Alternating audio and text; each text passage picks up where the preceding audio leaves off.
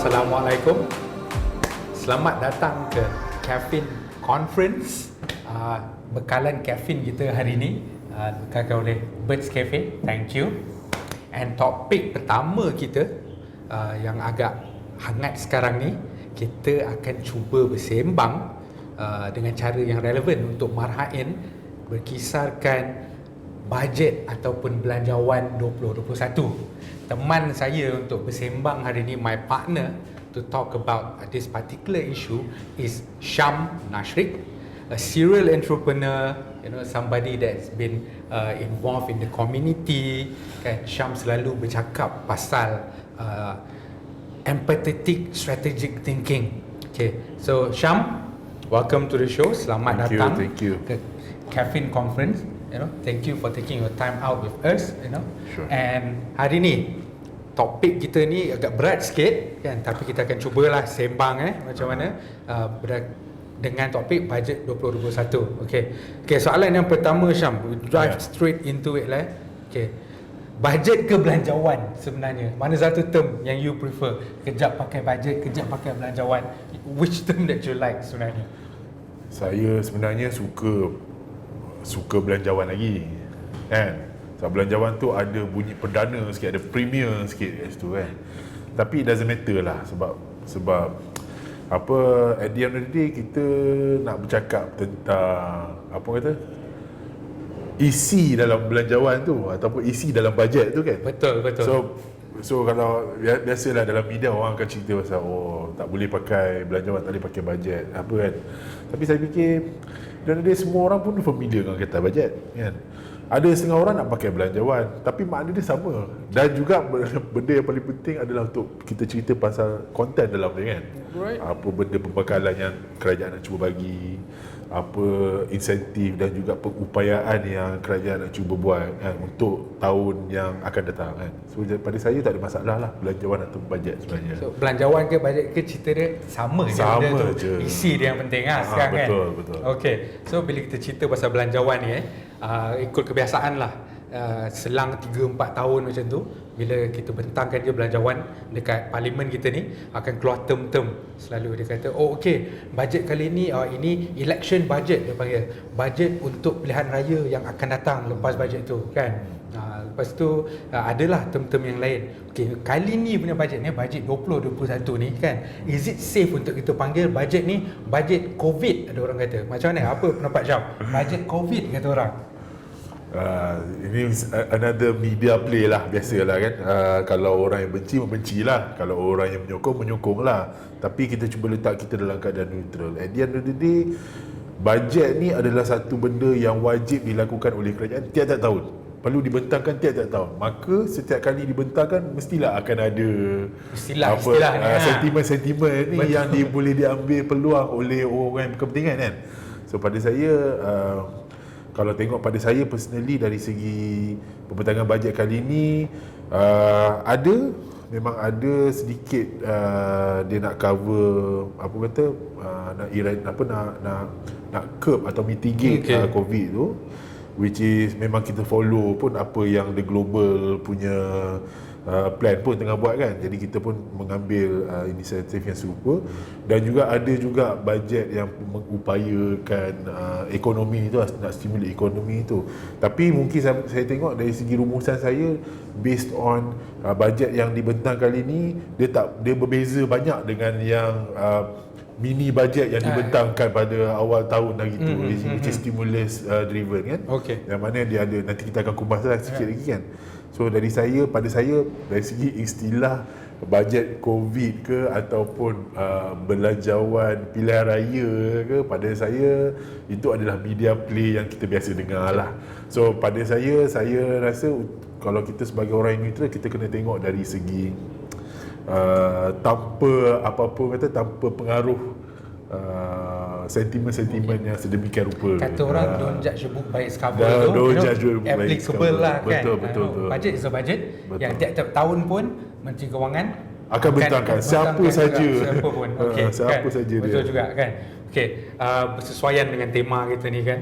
So I think soalan yang paling penting sekarang, from your opinion kan Syam, dari at marhain level, daripada level rakyat biasa ni, your everyday people, apa instant benefit ataupun kebaikan-kebaikan segera yang Syam nampak daripada announcement bajet kita baru ni, yang paling cepat boleh dapat kepada rakyat marhain kita ni? Apa dia? Bila saya tengok kita dah melalui berapa banyak fasa MCO lah daripada awal-awal hari itu, yang mana masa awal-awal tu memang kita melalui surge yang tinggi kan,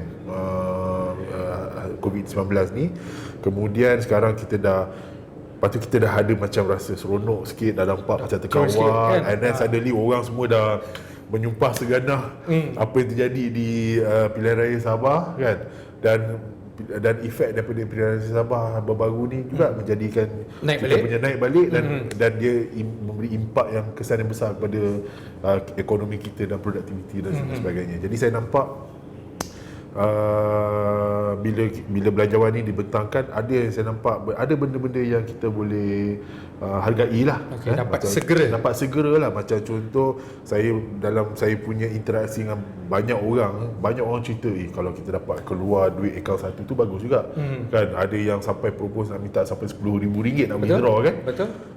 Ada yang bercerita tentang kalau kita dapat kalau dapat bantuan sara hidup yang lebih tinggi, why not kan? Bantuan BPN yang tinggi, why not kan? So bila dah dibentangkan bajet ni, kita tahulah kan, dan kita tahu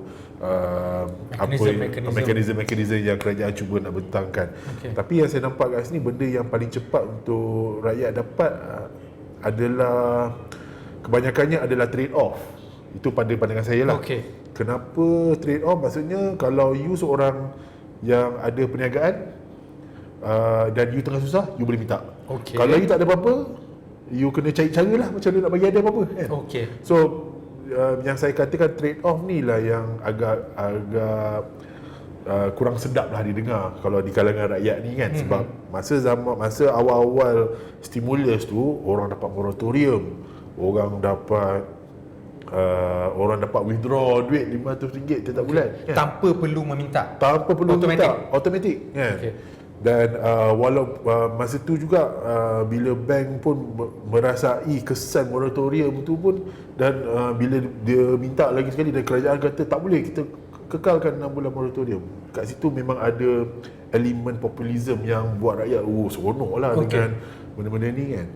Tapi dari segi kesan jangka panjang ni memang kita nampak kesan dia. So bila dah jadi macam ni, dah jadi dah dibentangkan belanjawan ni, maka benda yang laju, yang express untuk rakyat ambil hanyalah benda-benda yang trade off base ni. Alright. Itu yang saya nampak lah. Alright.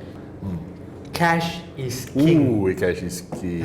Sebelum ni popular ada ahli politik kita selalu pakai perkataan ni. So to emphasize pentingnya cash ataupun tunai kan, cash in hand at the moment. Just to quote ada satu artikel di Boston Globe, not mistaken, the title dia kata just give poor people money, sebab each individual would have different priority and money could solve their individual problem. Maksudnya problem ataupun masalah bagi setiap individu ni unik, dan dengan duit diorang tahu macam mana untuk selesaikan masalah paling utama diorang dulu, dan ni akan membolehkan diorang, enable them to move to a better state or better quality of life.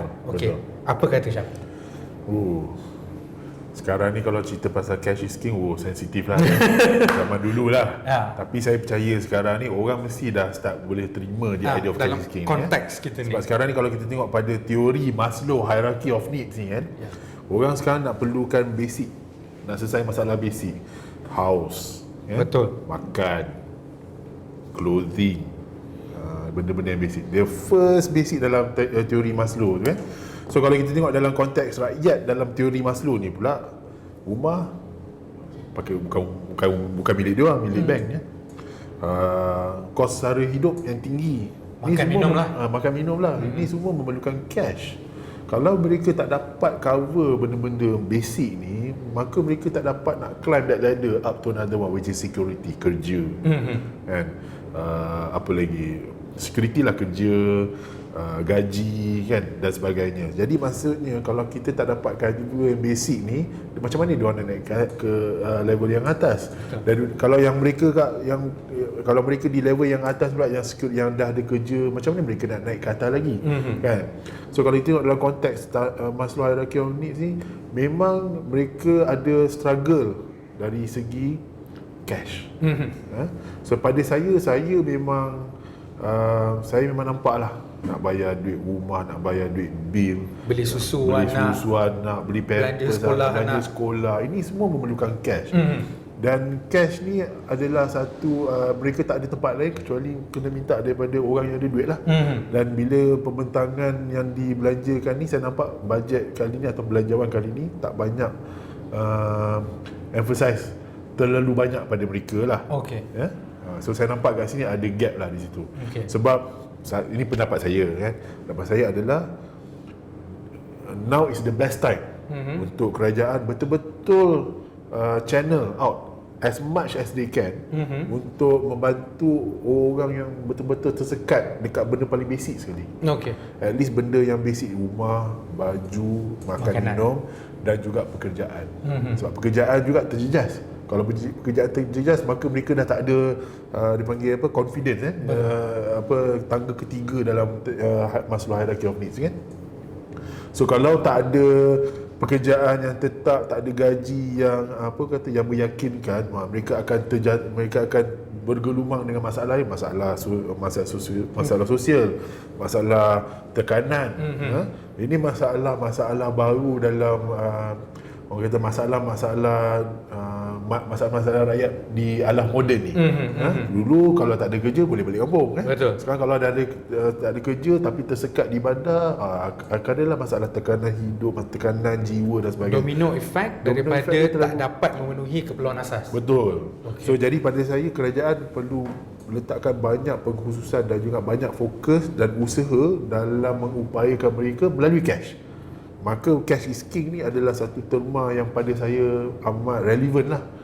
Dalam konteks ni, at this point of time, masa sekarang ni, cash is king sebab dia membolehkan individu menyelesaikan masalah diorang. Betul. Macam saya kata, macam saya nampak fiskal defisit fiskal kerajaan akan berkurangan sebanyak 5.3% kalau tak salah saya. 5% lah. Dan tapi kalau kita tengok dari segi pengagihan tu pun tak banyak pun fiskal tu. Pada saya, kenapa tak dibelanjakan terus kan? Kalau kita belanjakan terus, mengupayakan mereka dalam bentuk cash, dan mereka dapatlah level up untuk fokus pada pengupayaan cara lain pula dan juga pengupayaan lah. Betul. So pada saya benda tu perlu dititik beratkan lah oleh kerajaan.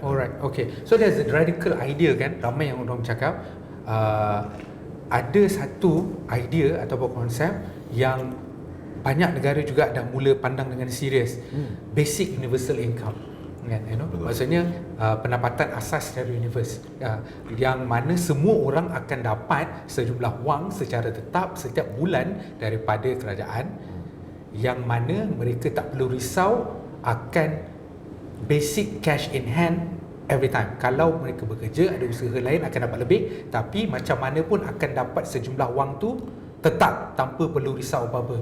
Dalam konteks kita sekarang, mungkin kita ada sedikit macam tu dari segi bantuan sara hidup, dulu sekarang dipanggil BRN kan.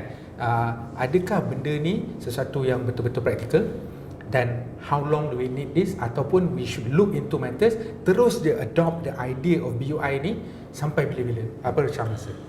Sebagai negara yang developing country macam kita ni, of course kita mesti nak cuba kita nak cuba capai satu tahap sama macam negara-negara yang sudah membangun kan. So dari segi basic universal income idea ni adalah satu benda yang disambut baik lah. Saya amat menyambut baik lah. Walau bagaimanapun setiap negara ada struggle masing-masing. Betul. Contohnya macam kalau kita nak compare, kita nak buat juga BUI, basic universal income ni dekat Malaysia, kita kena consider apakah keperluan-keperluan asas yang perlu kerajaan tekankan, satu. Dua, kita kena tengok juga dari segi taxation. Kan? Kalau negara yang sudah membangun, mungkin mereka ada cukup banyak reserve untuk jadi Laksana Oprah Winfrey lah, lah. untuk jadi Oprah Winfrey lah. Semua dapat duit. Semua dapat yang paling basic sekali kan. Tapi kalau kita tengok kita punya taxation system tak setinggi negara-negara lain.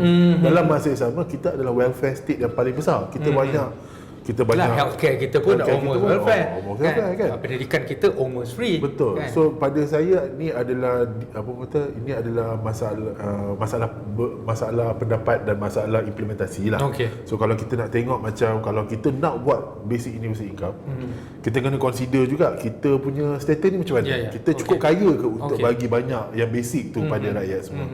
Sebab tu kalau kita tengok pada pembentangan bajet ni, pembentangan belanjawan ni memang tiap-tiap tahun memang berkhusus kepada golongan sasaran yang mereka rasa cukup sesuai untuk mereka ni lah. Tapi macam saya cakap lah, government tak boleh bantu semua orang.